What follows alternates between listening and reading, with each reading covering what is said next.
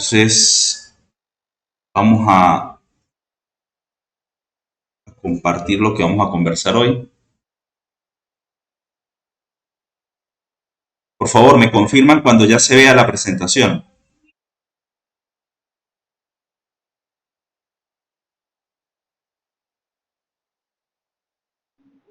Sí se observa la presentación. Se observa, muy bien. Bueno, buenas noches con todos. Gracias por el tiempo que dedican a este tipo de actividades. Mi nombre es Raúl Araki. Bueno, vamos a estar conversando un poco y atendiendo sus dudas ya al final sobre cómo medir y plantear hipótesis entre constructos. Bien, entonces los temas que vamos a mirar de manera bastante rápidas, pero tratando de enfatizar en lo más relevante, es aspectos para ir midiendo constructos latentes o constructos latentes o constructo o variable no observada es lo mismo, son sinónimos. Entonces, si yo hablo de constructo o hablo de variable no observada o hablo de variable latente o de constructo latente, bueno, estoy hablando de lo mismo. Y aspectos también generales de cómo nosotros podemos ir planteando hipótesis entre esos constructos.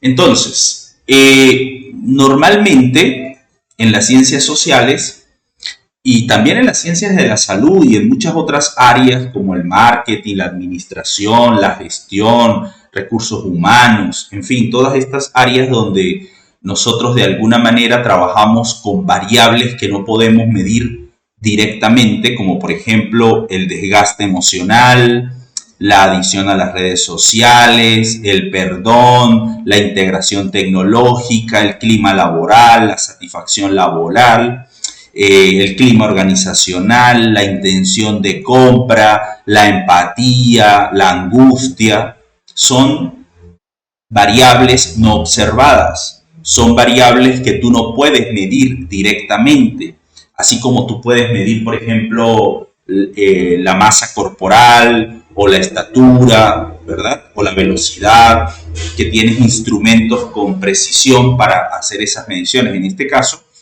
cuando trabajamos con este tipo de variables, como la creatividad, la comprensión lectora, pues no tenemos un instrumento, digamos, digital o analógico que nos permita capturar esa información. Entonces, generalmente necesitamos hacer una construcción teórica de qué es a lo que nosotros le estamos llamando empatía, actitud, calidad de vida, ¿bien? Entonces, eso es básicamente un constructo, una conceptualización que tú haces para poder medir, digamos, dicha variable a partir de las conductas, de los comportamientos que tú vas observando y que generalmente el instrumento que nosotros ocupamos es una encuesta, un cuestionario o una escala. Cuando trabajamos con este tipo de constructos y usamos, digamos, instrumentos, de alguna manera nosotros nos circunscribimos a una línea de investigación. Cada uno de ustedes pues va teniendo una línea de trabajo que es propia pues de su profesión o de su interés. Y entonces en esa línea de investigación nosotros conseguimos varias cosas, pero con un objetivo específico, es hacer una investigación o hacer un trabajo de grado o publicar un artículo, ¿bien? Entonces, generalmente nosotros miramos antecedentes, es decir, esas cosas que otras personas pues han hecho dentro de nuestra línea de investigación y tal vez hay otras personas que han trabajado nuestros constructos, que de alguna manera ya lo han medido y de eso nosotros nos vamos enterando en los antecedentes investigativos.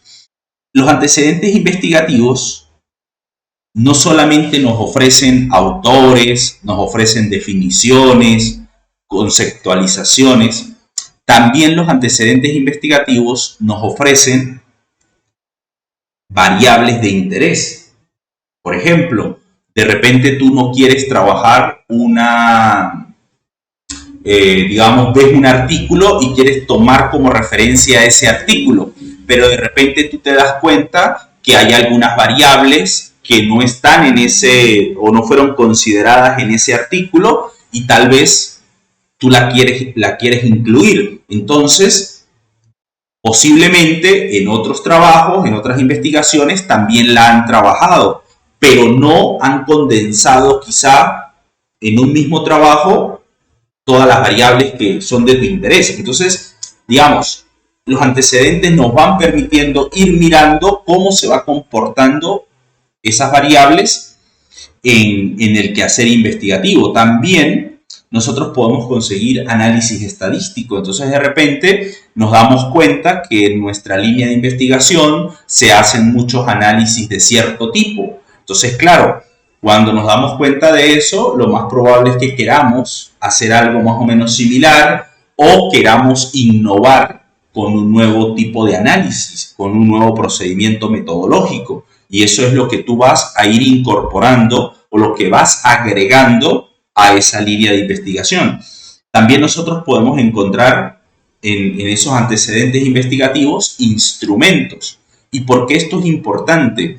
Porque muchas veces nuestro objetivo de investigación no es crear un instrumento, no es, digamos, hacer un análisis psicométrico de las escalas, sino que lo que nos interesa es medir unas variables y luego relacionar esas variables. Entonces, en esos antecedentes investigativos podemos ir encontrando estas herramientas. Y claro, si no las hay, porque a veces nosotros podemos encontrar conceptualizaciones que no tienen instrumentos para capturar dichos constructos. Entonces puede ser que nuestro objetivo es construir instrumentos. También es válido. Y otra cosa que también nosotros podemos ir encontrando en los antecedentes investigativos son bases de datos. Pero ahora, ¿cómo es eso de base de datos? Bueno, porque no siempre tú vas a realizar tus mediciones. O sea, tú puedes quizá trabajar, por ejemplo, información que está disponible en el Banco Interamericano de Desarrollo, ¿no? El BID, o en el Banco Mundial, o de repente en los centros estadísticos sí, los institutos nacionales de estadística de cada país. Entonces, tú también puedes ir ocupando esos datos y en los antecedentes investigativos nosotros también podemos ir explorando e irnos enterando de eso. Bien, te fíjese que la investigación que nosotros podemos ir ocupando al momento de medir constructos está dentro de lo que es la investigación cuantitativa. ¿Por qué? Bueno, porque la investigación cuantitativa es hipotética deductiva. ¿Qué significa eso? Que generalmente nos vamos a apoyar de antecedentes. Entonces, miren que eso juega un papel importante. Cuando tú revisas esos antecedentes, ya decíamos hace un momento que los instrumentos tú los puedes encontrar en cierto grado, ¿no? Por ejemplo, a veces tú puedes encontrar que no hay instrumentos para medir ese constructo. O puedes encontrar instrumentos que de repente no cubren todas tus expectativas de investigación.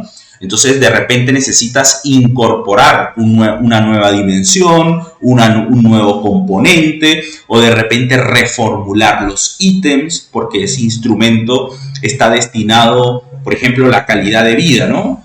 O la satisfacción con la vida. Entonces, de repente, si el instrumento ha sido usado o ha sido diseñado para adultos y tú lo quieres llevar al contexto de los adolescentes, pues entendemos que ahí debe existir o va a existir una diferencia en cuanto a los intereses, en cuanto a la manera como se pueden entender los ítems. Entonces nos va a llevar a hacer algún ajuste, alguna adaptación de esa medición. O también tú puedes encontrar instrumentos que ya tienen un buen historial, instrumentos que de repente en el contexto ecuatoriano, en el contexto peruano, en el contexto colombiano, en el contexto chileno, ¿verdad? Han funcionado bien y entonces tú lo usas ya casi que directo, ¿no? Tú dices, mira, ya esto está hecho, ya tiene buen soporte empírico, ya ha mostrado que funciona bien en mi contexto, por tanto, no tengo mucho trabajo. Y la mayoría de los artículos con estas metodologías se van a dar cuenta que si el instrumento ya ha mostrado un buen recorrido, tiene buenos antecedentes, los investigadores lo usan de frente. ¿Bien? Lo usan de frente. Pero algo que hay que acotar aquí y que, digamos, a veces uno en las mismas clases de posgrado, las mismas asesorías, en las dudas que se van haciendo, en las dudas, en las inquietudes que nos van haciendo, hemos notado que las personas tienden a usar un instrumento, pero no a leer, digamos, cómo ha sido operacionalizado, cómo ha sido conceptualizado. Únicamente se quedan con que el instrumento está midiendo esta otra dimensión, estos son los ítems, yo lo aplico y se acabó. Entonces, nos olvidamos que la conceptualización de esos constructos juega un papel importante y ahí hay un tema bastante relevante. ¿Por qué? Porque a veces se plantean hipótesis y se llegan a contradicciones con lo que el investigador esperaba. Entonces a veces el investigador se pregunta, bueno, ¿pero qué pasó? Entonces es probable que la conceptualización bajo la cual fue diseñado ese instrumento, la manera o el contexto al cual va dirigido, de repente es distinto al que tú lo estás llevando. Entonces, por eso siempre es importante leer el instrumento original. Y cuando hablamos de eso es tratar de entender o de identificar cómo ha sido conceptualizado, cómo ha sido, digamos, desagregado ese instrumento. Porque esa es la única manera en que de repente un jurado, si es un trabajo de grado, o un revisor, te sugiera aclarar, ¿verdad?, cómo has conceptualizado eso. Entonces, si tú tomas una referencia, pues se supone que debes estar consciente de la manera como han sido definidos todos esos términos, el papel que va jugando cada ítem. Entonces, todas esas cosas hay que mirarlas y no solamente quedarnos con el hecho de que el instrumento ya funciona bien, que el instrumento yo lo voy a usar y ya no hay más nada que hacer. No, siempre hay que mirar el contenido del instrumento. Hay que mirar la conceptualización. ¿Por qué los autores usaron esas dimensiones? ¿Bajo qué marco teórico están justificando esos aspectos? Entonces, eso hay que mirarlo, ¿no? Eso hay que mirarlo siempre.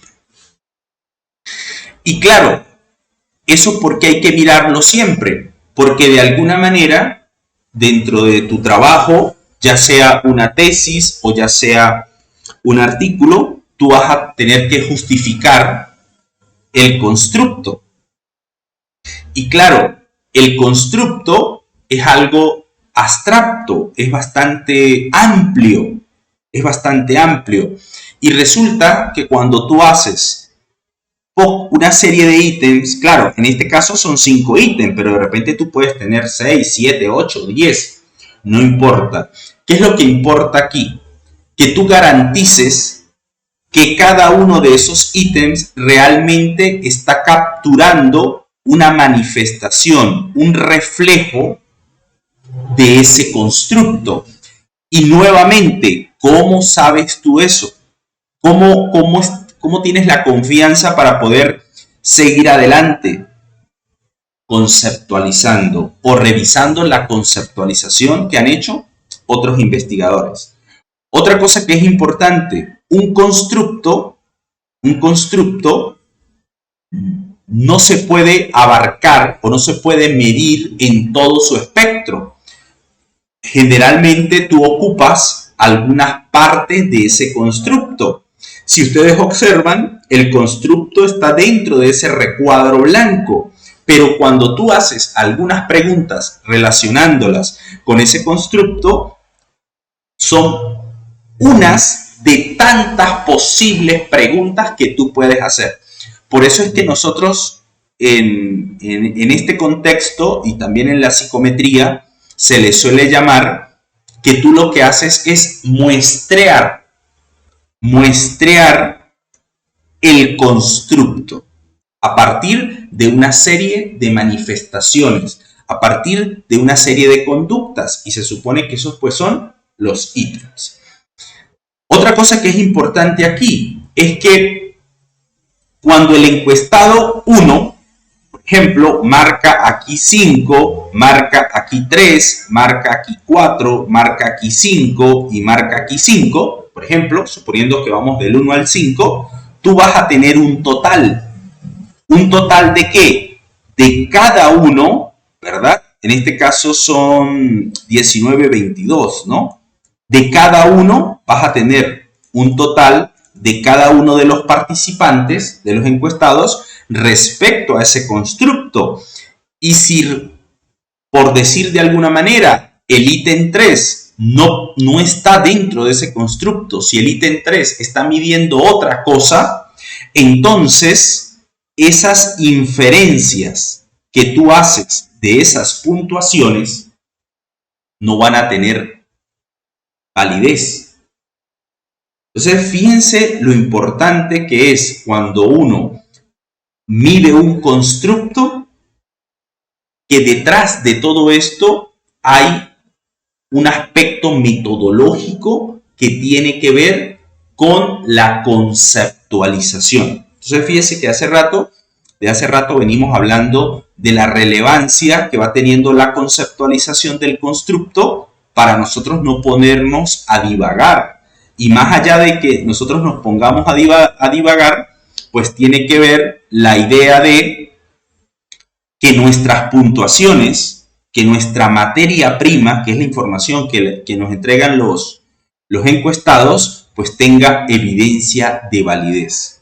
Y también, tú generalmente cuando trabajas con con un instrumento, necesitas reportar ya sea un alfa de Cronbach o de repente tienes que hacer un análisis factorial exploratorio o confirmatorio o un coeficiente omega, que de alguna manera todos ellos te van a ir garantizando la calidad de los ítems que ocupaste para medir dicho constructo. ¿Bien? Otro aspecto que es importantísimo también tener en cuenta es la dimensionalidad de dicho constructo. Por ejemplo, si tú de repente vas a medir la satisfacción del cliente, entonces puede ser que tú uses un instrumento que sea unidimensional, así como este. ¿Qué quiere decir esto? Bueno, que básicamente tú hagas una serie de preguntas de manera general que te permitan capturar la satisfacción, pero tú también puedes desarrollar, lógicamente apoyado en la teoría, un constructo multidimensional. Y claro, ¿cómo se da cuenta el investigador, cómo se da cuenta uno que el constructo debería ser medido de manera unidimensional o de manera multidimensional? Pues a partir de la teoría. Por lo que habíamos comentado en los antecedentes, nosotros podemos ir encontrando el funcionamiento de ciertos instrumentos para constructos. Eso lo podemos ir consiguiendo, pero nuevamente, ¿cómo? A partir de la revisión de la teoría. ¿Bien?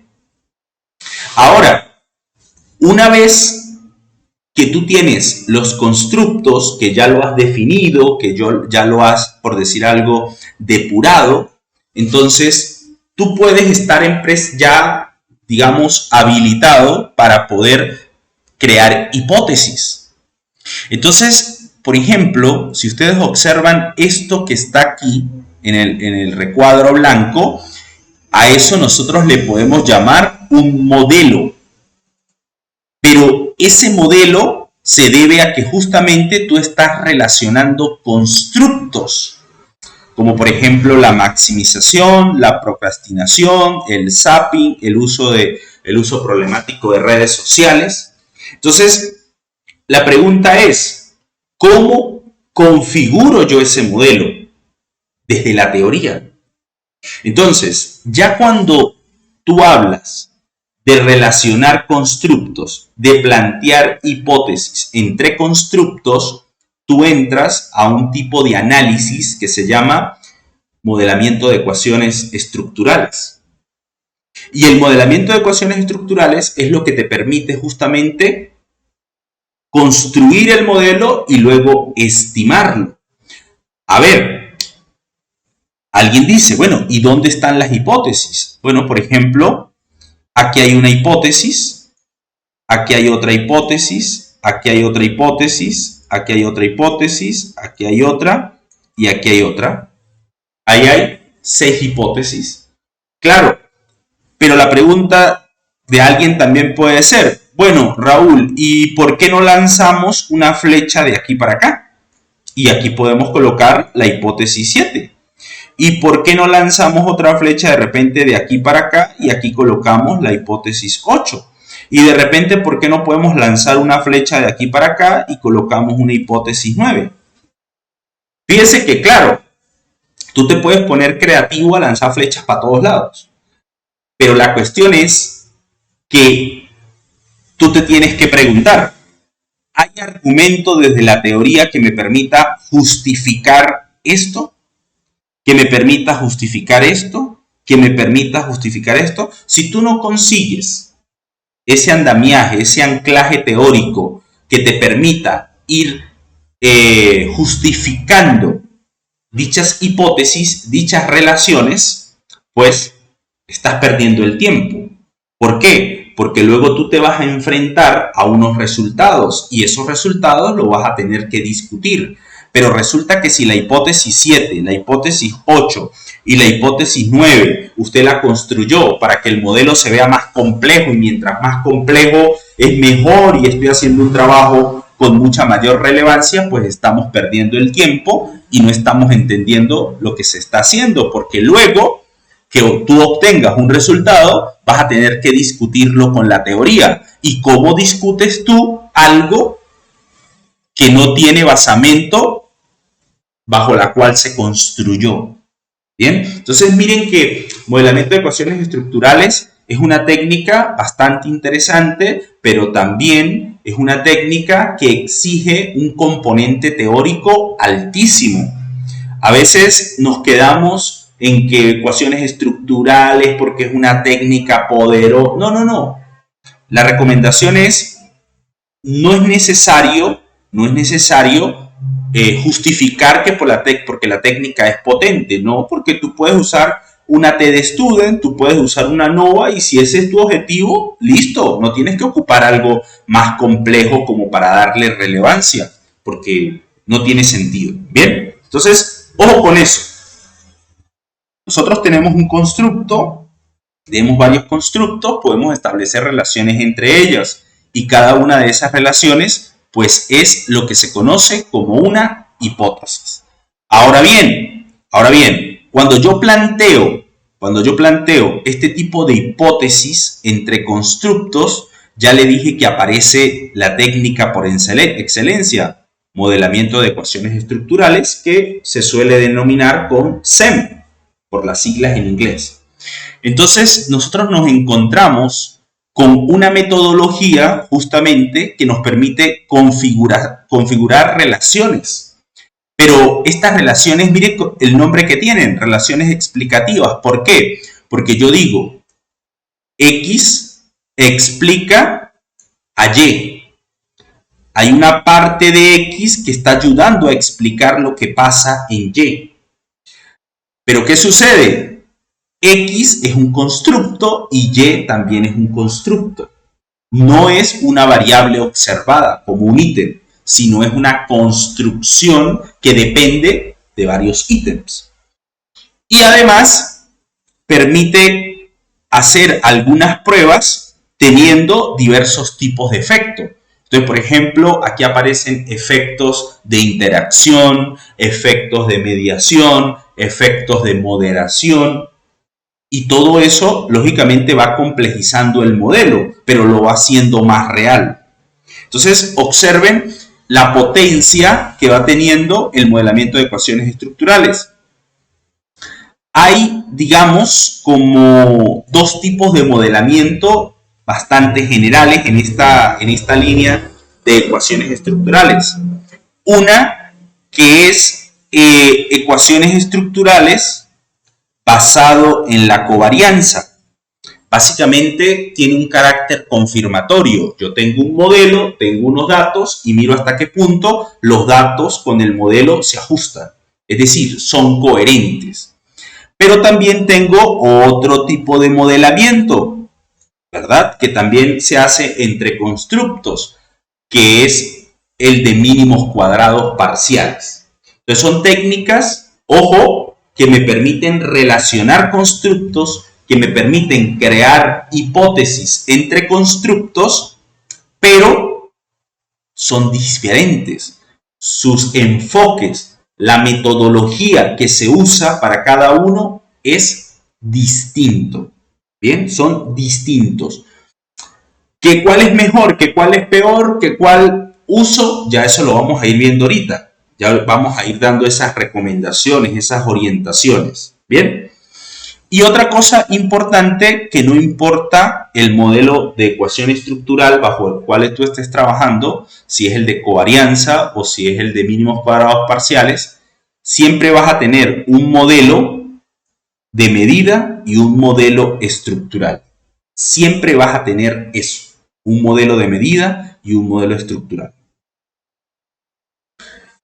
Ahora bien, ya sé que tengo unas hipótesis, ya sé que tengo unos constructos, ya sé que yo puedo relacionar esos constructos, que cada una de esas relaciones entre constructos son las hipótesis, y también que para yo dar respuesta a esas hipótesis puedo usar modelamiento basado en la covarianza o basado en mínimos cuadrados parciales. Bien, entonces la hipótesis juega aquí un papel importante. ¿Por qué?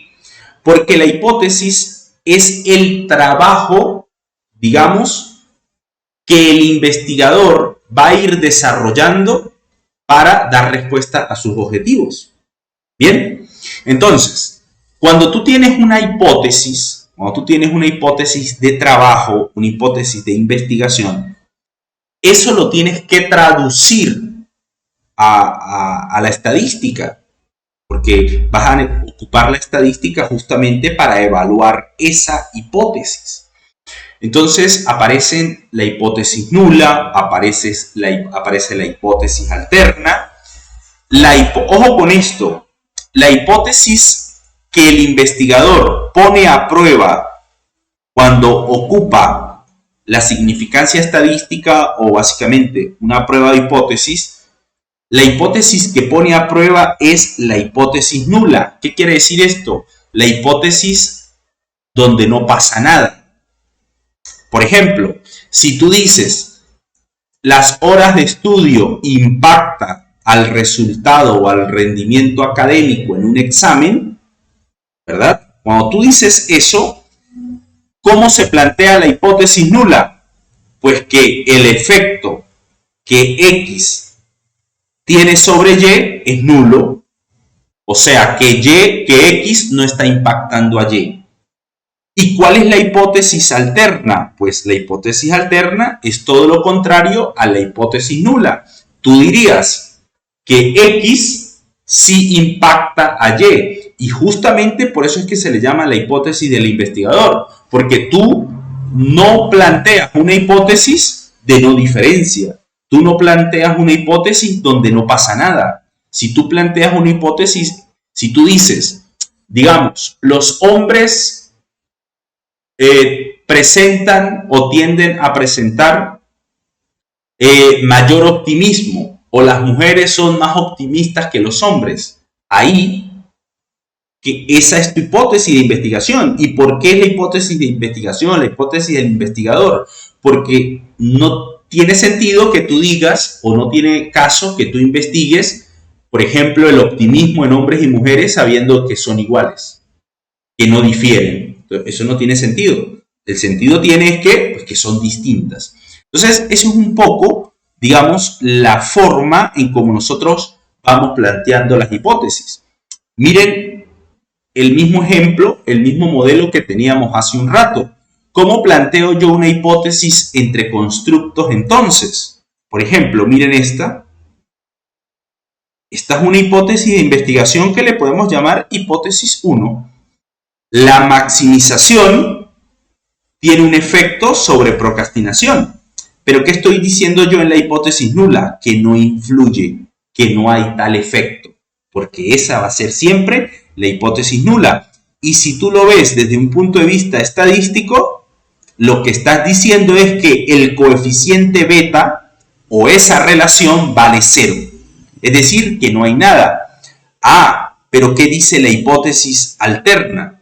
La hipótesis alterna es que efectivamente influye.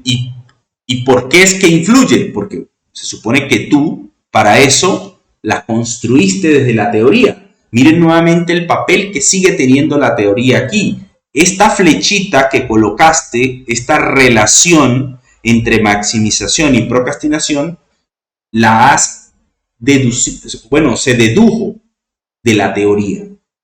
No es que te lo soñaste, lo dedujo desde la teoría.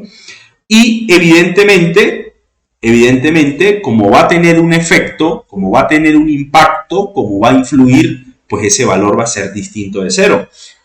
¿Puede ser negativo? ¿Puede ser positivo? Claro que sí, porque nosotros en la vida y en cualquier entorno podemos encontrar, digamos, efectos positivos, efectos negativos, o relaciones negativas, relaciones positivas. Ojo, lo de relación positiva, relación negativa no quiere decir que está bien o está mal, ¿no? ¿Por qué? Por ejemplo, nosotros, si lo vemos aquí en un gráfico, y estas son, por decir algo, las horas de estudio y este es el rendimiento académico, nosotros esperamos que a mayor horas de estudio pues salgamos mejor. Pero ¿qué pasa si tú tienes otra relación? Por ejemplo, si tú tienes la relación de la edad, por decir algo, y la calcificación en los huesos. Vamos a suponer la calcificación. ¿Qué pasa? A medida que tú te haces mayor, a medida que tú tienes más calcificación, más edad, la calcificación, ¿verdad? La parte ósea se va debilitando, va disminuyendo. Eso no quiere decir que esté mal. Quiere decir es que es una relación inversa.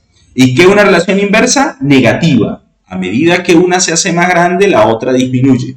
Entonces, fíjense que en este caso, la hipótesis, pues bueno, tú estás diciendo que la maximización influye sobre la procrastinación.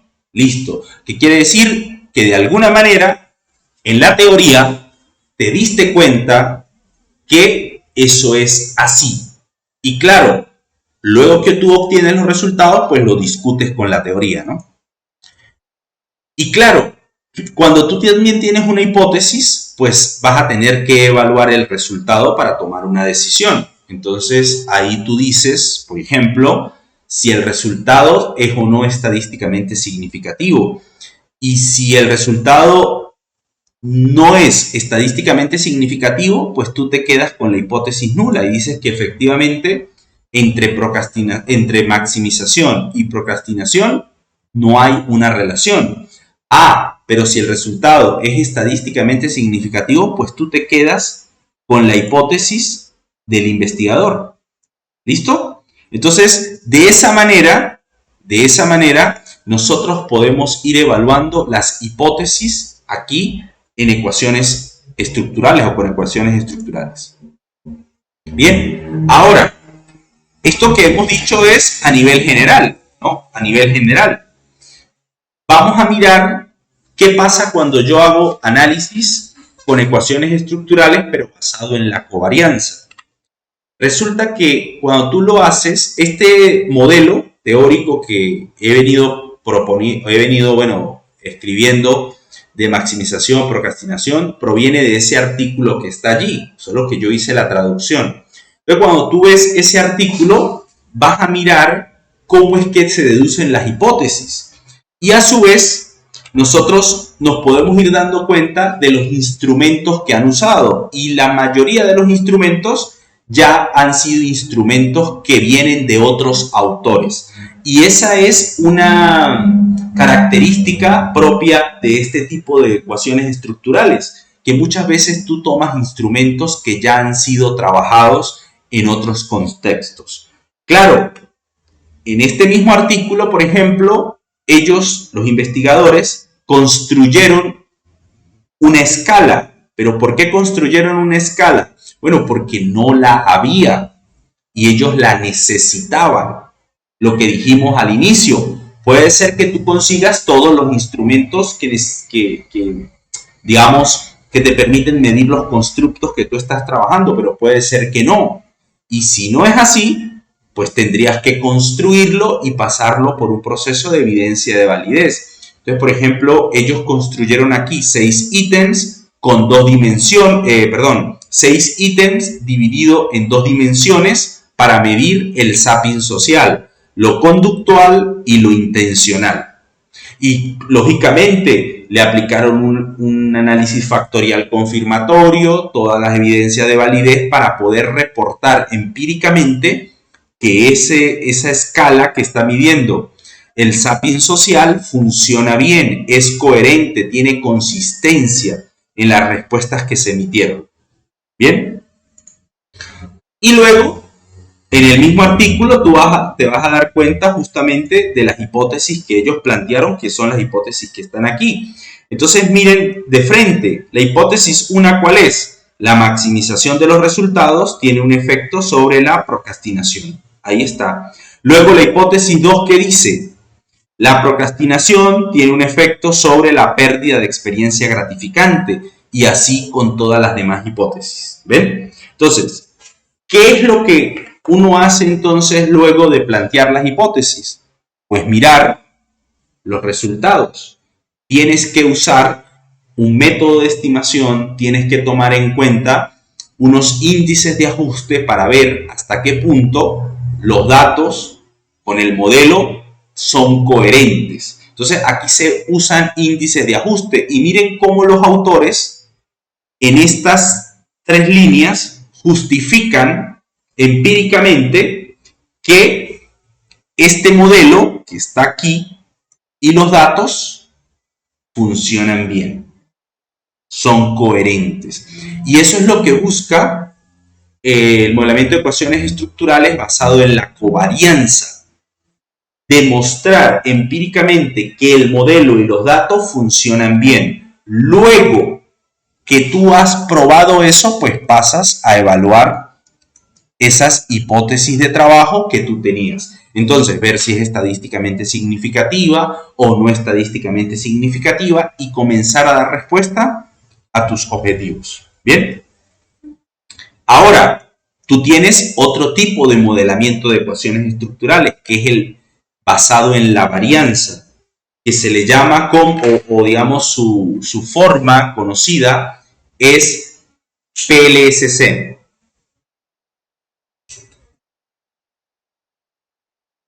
Aquí hay un artículo y ustedes dirán, bueno, Raúl, pero este dibujito que está aquí se parece mucho al dibujito que ya me has mostrado hace rato. Sí, lo que pasa es que la metodología que se va a usar para analizar esto es totalmente distinta. ¿Por qué? Porque es justamente una metodología basada en PLSC, que es totalmente distinta. Entonces, miren algo importante aquí. Por ejemplo, estos investigadores usaron un instrumento y ellos mismos hicieron las mediciones. Pero hay momentos en los que no necesariamente tú haces tus propias mediciones. Puedes ocupar bases de datos que te permitan obtener información sobre las variables, sobre los constructos de tu interés. Bien, entonces fíjense que no solamente tú siempre vas a hacer tus mediciones, y aquí están las hipótesis que nos interesan. Para yo evaluar en PLS-SEM esas hipótesis, pues ustedes recordarán que habíamos hablado de unos índices de ajuste en el modelo anterior. Aquí no existe eso. ¿Por qué? Porque aquí la metodología para evaluar el modelo es totalmente distinta. Lo que nosotros vamos reportando es totalmente distinto. Pero ¿por qué distinto? Porque el objetivo de trabajo también es distinto. Entonces, miren que modelo de ecuaciones estructurales basado en la covarianza o basado en la varianza, que es el PLS, va a ir usándose en función de los objetivos. Ya ahorita vamos a ver rápidamente cómo los diferencio, ¿no? Entonces, aquí la pregunta es, tengo constructos, he planteado unas hipótesis. ¿Cuál método uso para evaluar dichas hipótesis, para dar respuesta a esas hipótesis? ¿El CBSEM o el PLS-SEM? ¿Cuál uso? ¿Cuál es mejor? Entonces, ya dijimos que todo se trata del propósito de investigación que tú vayas teniendo. Entonces, si tu propósito es confirmar, ¿qué es confirmar? Es justamente rechazar o no un modelo teórico de los datos. ¿Qué quiere decir esto? Nosotros habíamos propuesto, por ejemplo, por aquí habíamos propuesto esto, que la maximización, la procrastinación, el zapping social, los problemas de uso de redes sociales se relaciona de esta manera. Entonces, eso es lo que tú quieres confirmar, que en los datos eso se cumple. Con los datos el modelo es coherente. ¿Listo? Entonces, esa es una característica de CBSEM. Una característica dentro del propósito de investigación del PLS-SEM, ¿cuál es? Que tú puedes llevar a cabo varios objetivos. De repente, tú puedes tener cierto conocimiento teórico o hay cierto conocimiento teórico de la relación entre esos constructos, pero también la experiencia del investigador juega un papel importante. O también tú puedes construir modelos desde los datos disponibles. Entonces observen que con PLS tu propósito no es tanto confirmar o no el modelo. También puedes estar interesado en ir explorando e ir construyendo un nuevo modelo. Entonces es como que, digamos, CBSEM es para confirmar una teoría, un modelo teórico. En cambio, CBSEM pues te va dando como más libertad para tú ir proponiendo un modelo con tus datos. También nos permite describir, explicar o predecir.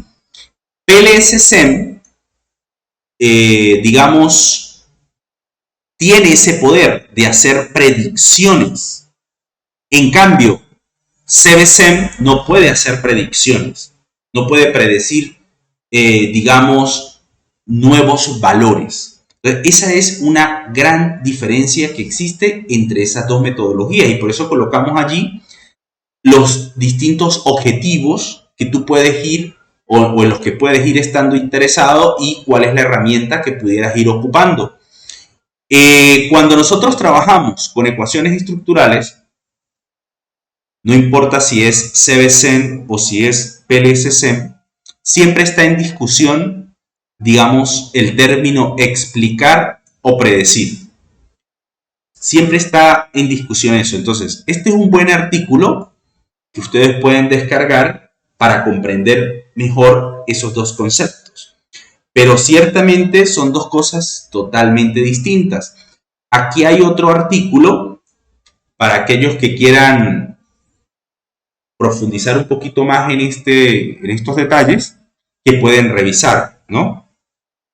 Alguien puede también decir, bueno, pero es que esto es en psicología y resulta que mi área es, digamos, salud, que mi área es la ingeniería. No importa, no importa. Tú puedes adaptarlo y este artículo funciona igual. ¿Por qué? Porque básicamente aquí lo están contextualizando, pero tú lo puedes llevar a otro contexto. ¿Listo? Ese es un buen artículo que pueden revisar también. Otra diferencia que hay entre estos dos métodos de ecuaciones estructurales es la manera en cómo tú calculas. ¿Por qué? Porque si ustedes observan, en el caso de CBSEM tú tienes más estimadores, más formas de obtener los cálculos. En cambio, en PLS-SEM hay un único estimador, que es el de mínimos cuadrados parciales. Bien.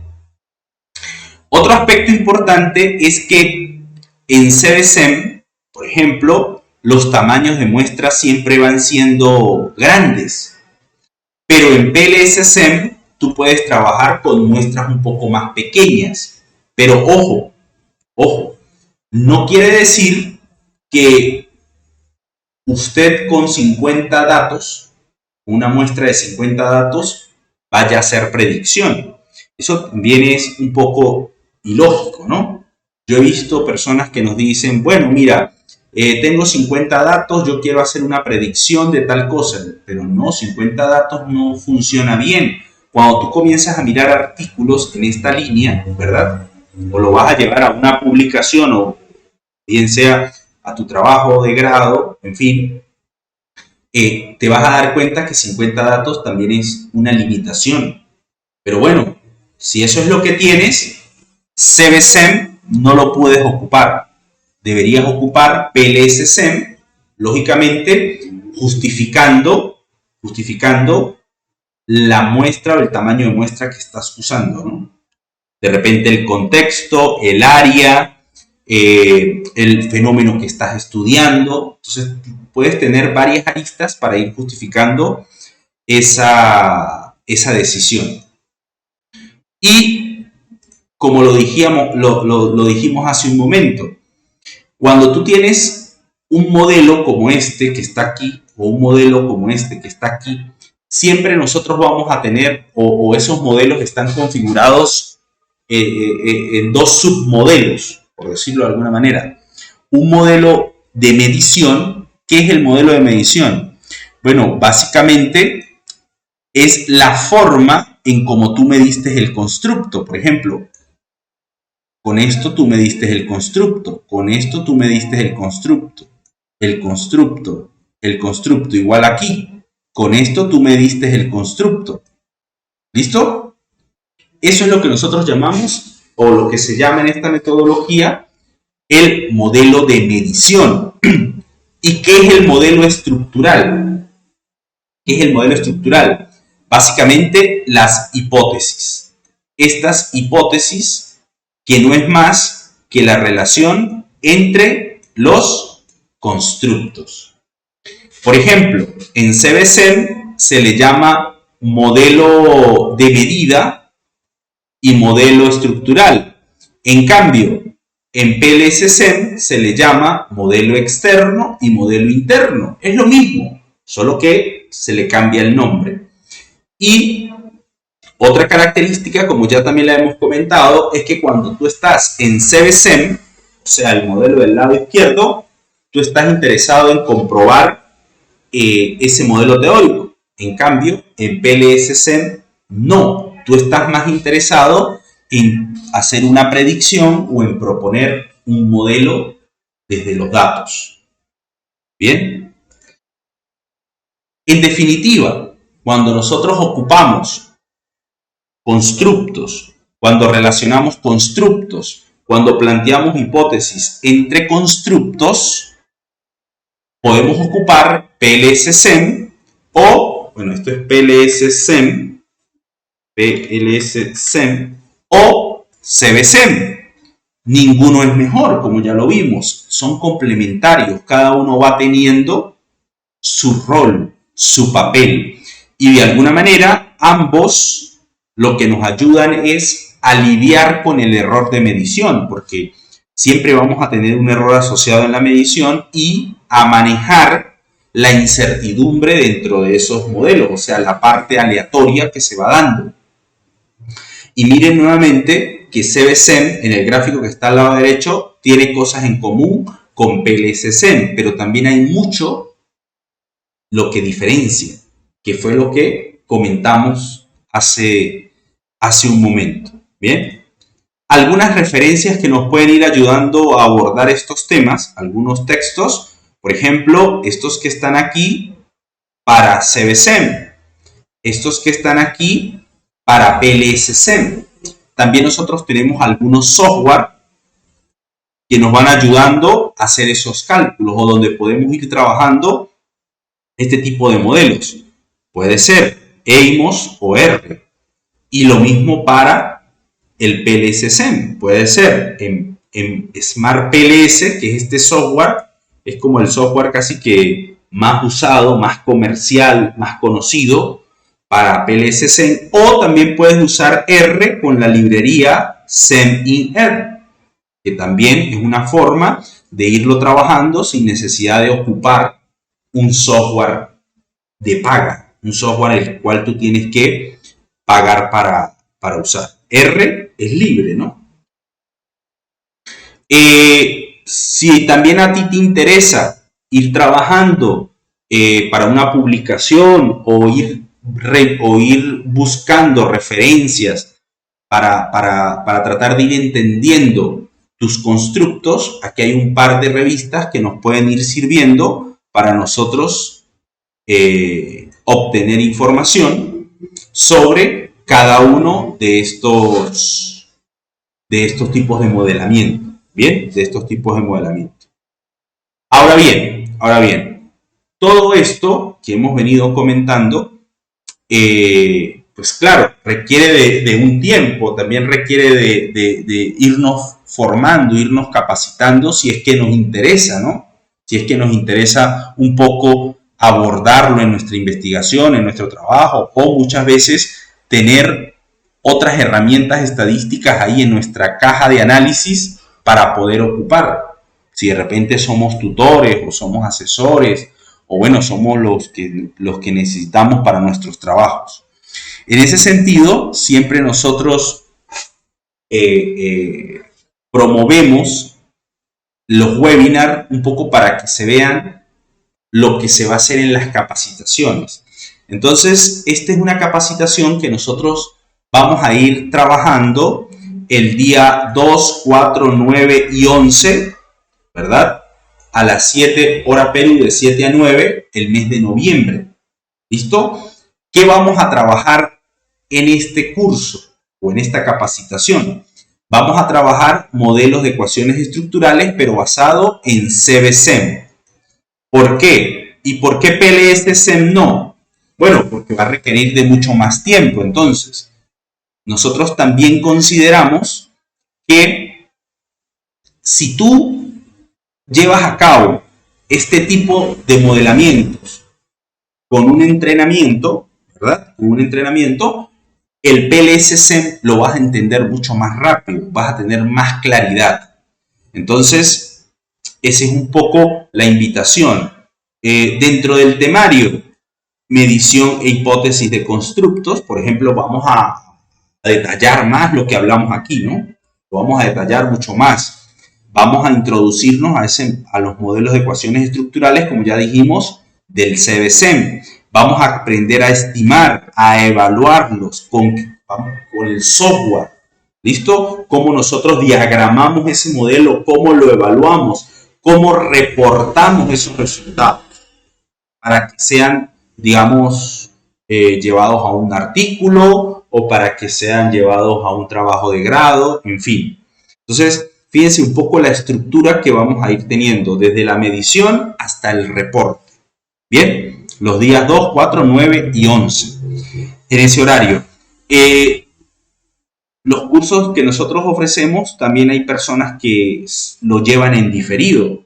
O sea, nosotros, por ejemplo, siempre creamos en Drive, como ustedes pueden ver aquí, van los cursos. Entonces, por ejemplo, para este curso, usted va a tener, como por ejemplo en este curso de SEM, los software, ¿sí? Nosotros ponemos aquí a disposición los software, las prácticas, los datos, los modelos que vamos a ir trabajando, algunos aspectos metodológicos, es decir, artículos, libros también disponibles, porque también luego las personas pues van a profundizar más también a partir del trabajo autónomo, ¿no? Porque no todo lo vamos a aprender o no vamos a creer que en un curso de 4 sesiones, unas 10 horas aproximadamente, vamos a ser expertos. Eso es mentira, pero luego nosotros podemos ir trabajando por nuestra cuenta.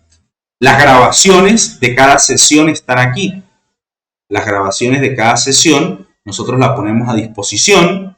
Y claro, mira, más artículos, cosas que vamos discutiendo, y luego artículos donde se han usado esas técnicas, porque siempre es importante ir viendo cómo es que la comunidad científica y cómo de repente yo puedo justificar ante alguien algún procedimiento que he desarrollado, ¿no? Que a veces nos preguntan. Pero fíjense que siempre en nuestros cursos va teniendo un poco esa misma estructura. Estos son los cursos que nosotros ofrecemos, ¿no? Los cursos que nosotros siempre vamos ofertando.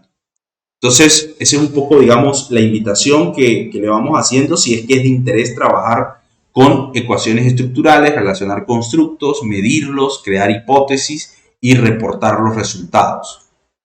Entonces, bueno, gracias por la atención. Si hay alguna duda, si hay algún comentario, pues yo estoy dispuesto aquí a escucharlos. ¿Aló?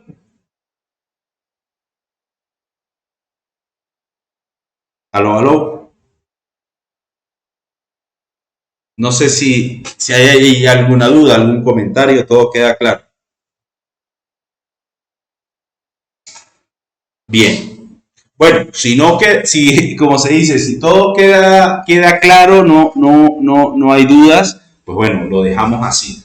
Este tipo de actividades nosotros lo desarrollamos porque, bueno, luego que nosotros ya a partir de mañana ofertamos el curso, pues la gente que no asiste o que no puede asistir a este tipo de actividades de los webinars, pues ve el video y mira si le interesa lo que vamos a hablar y, bueno, toma la decisión de matricularse o no. ¿Listo? Entonces, bueno, voy a detener aquí la grabación